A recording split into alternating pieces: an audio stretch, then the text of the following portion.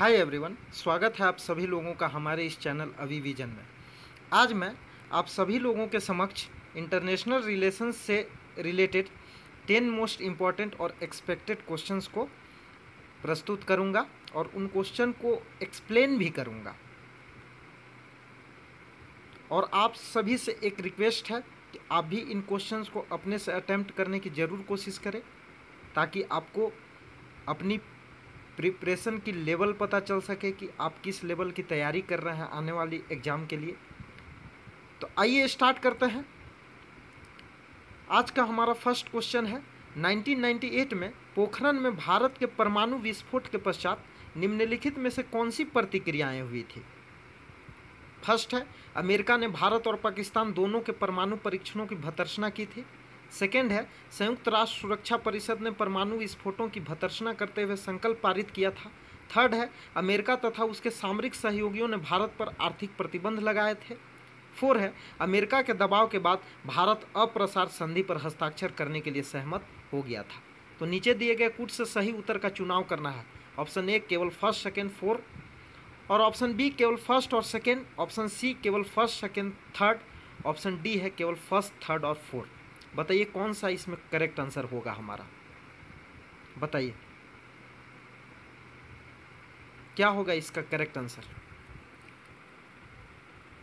देखिए option first जो यहाँ दिया है, अमेरिका ने भारत और पाकिस्तान दोनों के परमाणु परीक्षणों की भर्त्सना की, ये बात बिल्कुल सही है। अमेरिका ने भारत और पाकिस्तान दोनों के परमाणु परीक्षणों की भर्त्सना की थी 1998 में पोखरण में, जब भारत का परमाणु विस्फोट किया गया था। अमेरिका का ये रिएक्शन था। सेकेंड है, संयुक्त राष्ट्र सुरक्षा परिषद ने परमाणु विस्फोटों की भर्त्सना करते हुए संकल्प पारित किया था, ये भी बात बिल्कुल सही है, ये स्टेटमेंट बिल्कुल करेक्ट है। अमेरिका तथा उसके सामरिक सहयोगियों ने भारत पर आर्थिक प्रतिबंध लगाए थे, इकोनॉमिक रेस्ट्रिक्शन भी लगाया गया था भारत के ऊपर, उसके सहयोगियों के द्वारा और अमेरिका के द्वारा भी, ये भी स्टेटमेंट करेक्ट है। फोर है, अमेरिका के दबाव के बाद भारत अप्रसार संधि पर हस्ताक्षर करने के लिए सहमत हुआ था, तो ये स्टेटमेंट बिल्कुल रॉन्ग है। भारत कभी भी एनपीटी पर हस्ताक्षर करने के लिए सहमत नहीं हुआ है, तो इसका करेक्ट आंसर हो जाएगा हमारा केवल फर्स्ट सेकेंड और थर्ड। तो बढ़ते हैं नेक्स्ट क्वेश्चन की ओर। नेक्स्ट क्वेश्चन है हमारा क्वेश्चन नंबर 2, निम्नलिखित में से कौन सा 2000 में संयुक्त राष्ट्र महासभा द्वारा अनुमोदित सहस्त्राब्दी विकास लक्ष्यों का भाग नहीं था।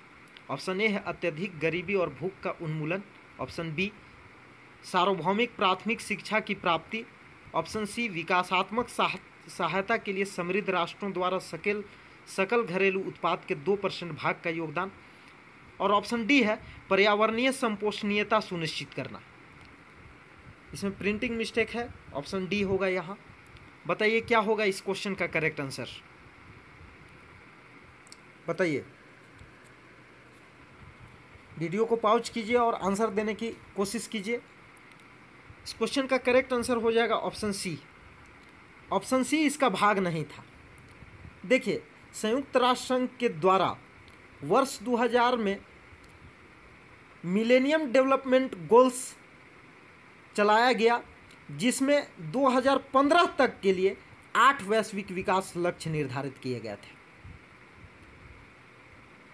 और संयुक्त राष्ट्र संघ के उस समय के 189 मेंबर कंट्रीज और 22 अंतर्राष्ट्रीय संस्थाओं ने 2015 तक जो है वो 8 लक्ष्य की प्राप्ति के लिए जो है वो संकल्प लिया था, जिनमें फर्स्ट था भूखमरी तथा गरीबी को समाप्त करना, जो कि आपको ऑप्शन में भी दे रखा है, ऑप्शन ए। सेकेंड सार्वजनिक प्राथमिक शिक्षा, थर्ड लिंग समानता तथा महिला सशक्तिकरण, सेक्स इक्वालिटी और वीमेन एम्पावरमेंट पर भी बल दिया गया था, शिशु मृत्यु दर घटाना, फिफ्थ है मातृत्व स्वास्थ्य को बढ़ावा देना, सिक्स था HIV एड्स मलेरिया तथा अन्य बीमारियों से छुटकारा पाना, सेवन था इन्वायरमेंटल सस्टेनेबिलिटी, दैट मीन्स कि पर्यावरणीय सततता, को मेंटेन करके रखना, और 8 था वैश्विक विकास के लिए संबंध स्थापित करना। तो बढ़ते हैं नेक्स्ट क्वेश्चन की ओर। क्वेश्चन 3 है, निम्नलिखित में से किस प्रधानमंत्री ने विशुद्ध गुट निरपेक्षता के विचार का प्रतिपादन किया था? ऑप्शन ए है Morarji Desai, option B Lal Bahadur Shastri, option C Jawaharlal Nehru, और ऑप्शन डी है इंदर कुमार गुजराल। बताइए क्या होगा इस क्वेश्चन का करेक्ट आंसर, बताइए। देखिए इस क्वेश्चन का करेक्ट आंसर होगा मोरारजी देसाई। मोरारजी देसाई ने यूएसए और यूएसएसआर से समान दूरी बरतने के उद्देश्य से विशुद्ध गुट निरपेक्षता के विचार का प्रतिपादन किया, और विशुद्ध गुट निरपेक्षता को इंग्लिश में जेन्युइन नॉन अलाइनमेंट के नाम से जाना जाता है। तो बढ़ते हैं नेक्स्ट क्वेश्चन की ओर। नेक्स्ट क्वेश्चन है हमारा, निम्नलिखित में से किसके अनुसार अंतर्राष्ट्रीय राजनीति की संरचना अराजकतापूर्ण होती है? ऑप्शन ए है आइडियलिस्ट, ऑप्शन बी है रियलिस्ट, ऑप्शन सी है न्यू रियलिस्ट, ऑप्शन डी है न्यू आइडियलिस्ट। आइडियलिस्ट का मतलब आदर्शवादी, रियलिस्ट का मतलब यथार्थवादी, न्यू रियलिस्ट मतलब नव यथार्थवादी, और न्यू आइडियलिस्ट का मतलब हुआ आपका कि नव आदर्शवादी। बताना है आपको कि किसके अनुसार अंतर्राष्ट्रीय राजनीति की संरचना अराजकतापूर्ण होती है। आदर्शवादियों के अनुसार, यथार्थवादियों के अनुसार, नव यथार्थवादियों या फिर नव आदर्शवादियों के अनुसार। तो देखिए इसका करेक्ट आंसर होगा न्यू रियलिस्ट अर्थात नव यथार्थवादियों के अनुसार। क्यों? क्योंकि नव यथार्थवादियों ने अंतर्राष्ट्रीय राजनीति को संघर्ष के रूप में चित्रित किया है, जहां राज्यों के मध्य सहयोग यदि असंभव नहीं है तो कठिन अवश्य है। उनका कहना था कि राज्यों के मध्य कोऑपरेशन असंभव नहीं है, इम्पॉसिबल नहीं है, लेकिन डिफिकल्ट जरूर है। और नव यथार्थवादियों के अनुसार इस अराजक विश्व व्यवस्था में प्रत्येक राज्य अपनी सुरक्षा के लिए स्वयं उत्तरदायी होता है। क्यों? क्योंकि यहाँ कोई सेंट्रल अथॉरिटी नहीं है जो कि शांति स्थापना में मदद करेगा। इसलिए प्रत्येक राज्य अपनी सुरक्षा के लिए स्वयं उत्तरदायी होते हैं, और इसलिए प्रत्येक राज्य क्या करते हैं? इसलिए प्रत्येक राज्य अधिक से अधिक शक्ति अर्जन करने के लिए प्रयत्नशील होते हैं। तो बढ़ते हैं नेक्स्ट क्वेश्चन की ओर। नेक्स्ट क्वेश्चन है हमारा, वह कौन सा विचारक था जिसने अंतर्राष्ट्रीय राजनीति में सर्वप्रथम यथार्थवाद का सैद्धांतिक आधार रखा? Very very most important question. बताइए क्या होगा इसका करेक्ट आंसर। वो कौन सा विचारक था जिसने अंतर्राष्ट्रीय राजनीति में सर्वप्रथम यथार्थवाद का सैद्धांतिक आधार रखा? बताइए क्या होगा इसका करेक्ट आंसर।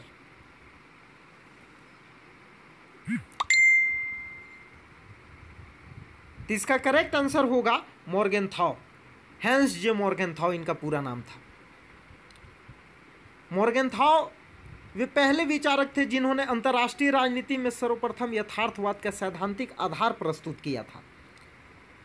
इनकी एक प्रसिद्ध रचना है politics among nations, the struggle for power and peace, जो कि 1948 में पब्लिश हुई थी। और इन्होंने यथार्थवाद का 6 सिद्धांत का प्रतिपादन किया है। इन्होंने यथार्थवाद के 6 सिद्धांत का प्रतिपादन किया है, जिसमें से पहला सिद्धांत कहता है कि अंतर्राष्ट्रीय राजनीति का मूल रूप में मनुष्य के वस्तुनिष्ठ स्वभाव पर आधारित होती है। अंतर्राष्ट्रीय राजनीति अपने मूल रूप में मनुष्य के वस्तुनिष्ठ स्वभाव पर आधारित होती है। सेकेंड, उनका कहना है कि अंतर्राष्ट्रीय राजनीति का केंद्र राष्ट्रीय हित होता है।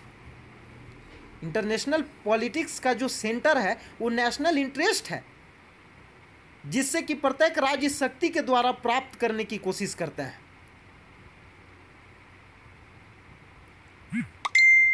मॉर्गेनथाउ के अनुसार थर्ड उनका सिद्धांत है कि मॉर्गेनथाउ राष्ट्रीय हित को सदैव परिवर्तनशील मानते हैं, और उनका मानना है कि राष्ट्रीय हित परिस्थितियों के अनुसार बदलती रहती है, इसलिए राष्ट्रीय हित देश काल और परिस्थितियों के सापेक्ष होती है, उसके रिलेटिव होती है।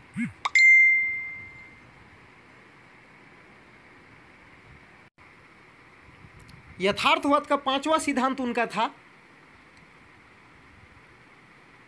कि राष्ट्रों के उद्देश्यों को सदैव विवेक से संचालित किया जाता है, न कि किसी सार्वभौमिक नैतिकता का पालन करके। मॉर्गेनथाउ का मानना था कि विवेक और राष्ट्रीय हित के आधार पर ही अंतर्राष्ट्रीय राजनीति को वर्णित किया जा सकता है, न कि सार्वभौमिक नैतिकता के आधार पर। और यथार्थवाद का सबसे अंतिम और छठा सिद्धांत उनका कहता है कि राजनीति एक स्वायत्त प्रक्रिया है। Politics is an autonomous process. और मॉर्गेनथाउ ने राजनीति का विश्लेषण करते हुए कहा था कि राजनीति का स्वरूप चाहे घरेलू हो या अंतर्राष्ट्रीय, हर जगह एक समान होता है, क्योंकि राजनीति मूलतः शक्ति के लिए संघर्ष है।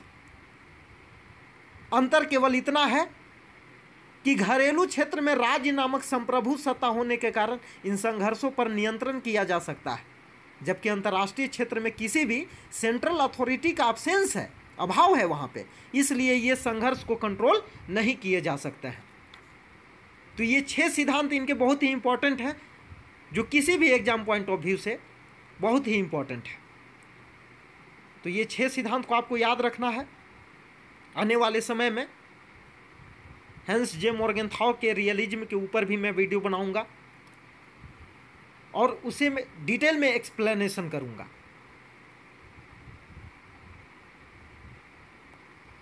उसका एक्सप्लेनेशन मैं डिटेल में दूंगा। तो इसका करेक्ट आंसर हो जाएगा हैंस जे मॉर्गेनथाउ। बढ़ते हैं नेक्स्ट क्वेश्चन की ओर। क्वेश्चन नंबर 6 है, निम्नलिखित में से कौन सा विचारक मॉर्गेनथाउ को यथार्थवादी नहीं मानते हैं? ऑप्शन ए है रॉबर्ट टकर, ऑप्शन बी है केनेथ वॉल्श, ऑप्शन सी है ए एंड बी बोथ, और ऑप्शन डी है नन ऑफ द एबव।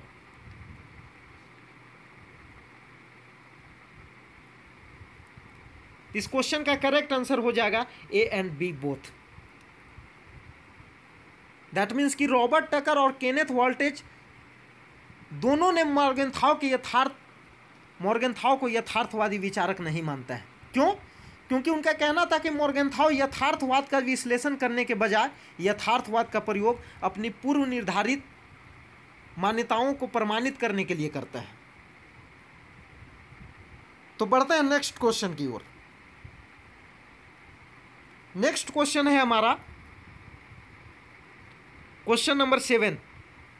किसने कहा है कि मॉर्गेनथाउ के यथार्थवाद शक्ति अद्वैतवाद का विचार है? ऑप्शन ए है रॉबर्ट टकर, ऑप्शन बी है केनेथ वॉल्श, ऑप्शन सी है स्टैनले हॉफमैन, और ऑप्शन डी है नन ऑफ द एबव। इस क्वेश्चन का करेक्ट आंसर हो जाएगा स्टैनले हॉफमैन। वीडियो थोड़ी लंबी बन जाती है, इसलिए मैं आपको आंसर बताते चल रहा हूं। अगर आपको अपने से क्वेश्चन अटेम्प्ट करना है तो आप वीडियो को पॉज कर लीजिए और क्वेश्चन को अपने से अटेम्प्ट करने की कोशिश कीजिए। उन्होंने ऐसा क्यों कहा? मॉर्गेनथाउ के यथार्थवाद को शक्ति अद्वैतवाद की संज्ञा क्यों दी?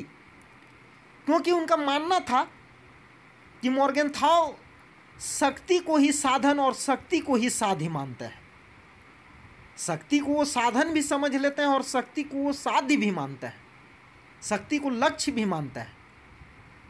तो ये दोनों कैसे एक साथ संभव हो सकता है कि कोई चीज साधन भी हो और कोई साध्य भी हो जाए? इसलिए वे शक्ति अद्वैतवाद का विचार, मॉर्गेनथाउ के यथार्थवाद को शक्ति अद्वैतवाद का विचार कहकर पुकारता है। बढ़ते हैं नेक्स्ट क्वेश्चन की ओर। नेक्स्ट क्वेश्चन है क्वेश्चन नंबर 8। मॉर्गेनथाउ राष्ट्रों के मध्य शांति निर्मित करने के लिए 3 प्रकार के उपायों का वर्णन किए हैं। वे कौन कौन से हैं? फर्स्ट है प्रतिबंध के द्वारा शांति, सेकेंड है विश्व सरकार के द्वारा शांति, थर्ड है कूटनय या राजनय के द्वारा शांति। आपको बताना है कि इसमें कौन सा ऑप्शन सही है। ऑप्शन ए है ओनली फर्स्ट, बी है ओनली सेकेंड, सी है ओनली थर्ड, और डी है ऑल ऑफ द एबव। बताइए, दैट मीन्स कि उपर्युक्त में से सभी। क्या होगा इसका करेक्ट आंसर?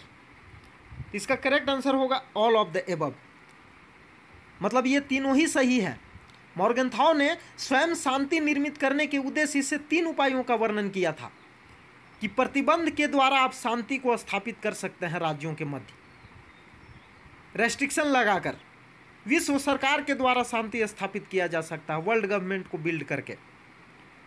कूटनय या राजनय के द्वारा, दैट मीन्स कि डिप्लोमेसी के द्वारा भी आप शांति स्थापित कर सकते हैं। और मॉर्गनथाउ को इस बात के लिए क्रिटिसाइज भी किया जाता है।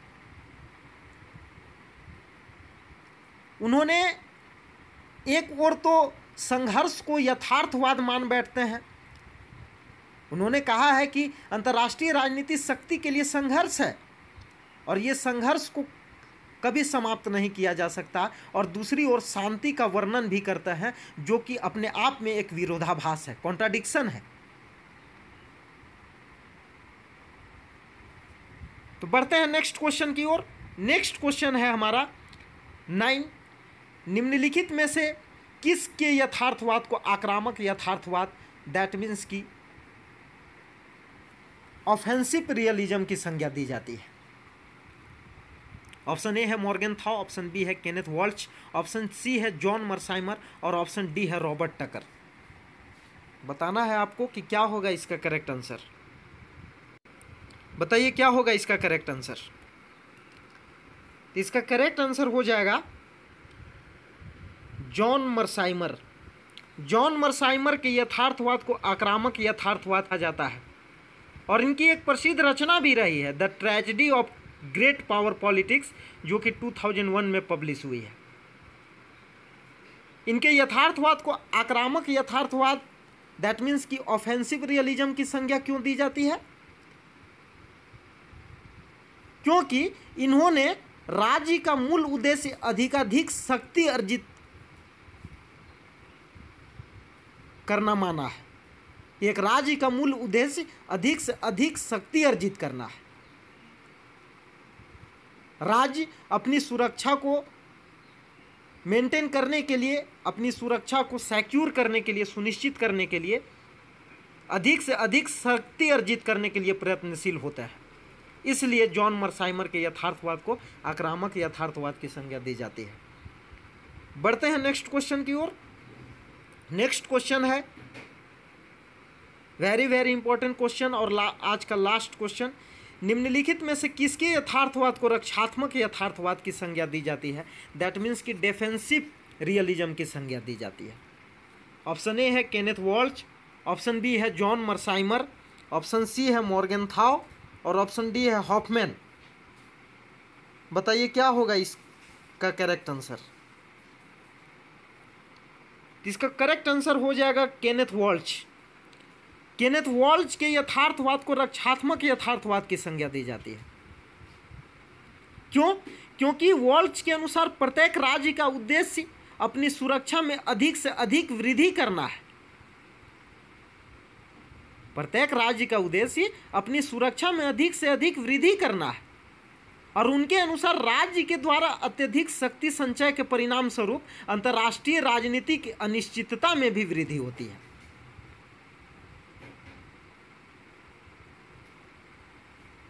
तो आज के लिए इतना ही फ्रेंड्स। यदि हमारी यह एफर्ट और हमारी यह वीडियो आपको पसंद आए तो हमारे इस वीडियो को लाइक करें, कमेंट करें। आपको अगर किसी भी तरह का डाउट हो शेयर करें अपने उन सारे दोस्तों के साथ जो UGC net political science exam की प्रिपरेशन कर रहे हो और अदर कॉम्पिटिटिव एग्ज़ाम के लिए भी ये वीडियो बहुत ही बेनिफिशियल है।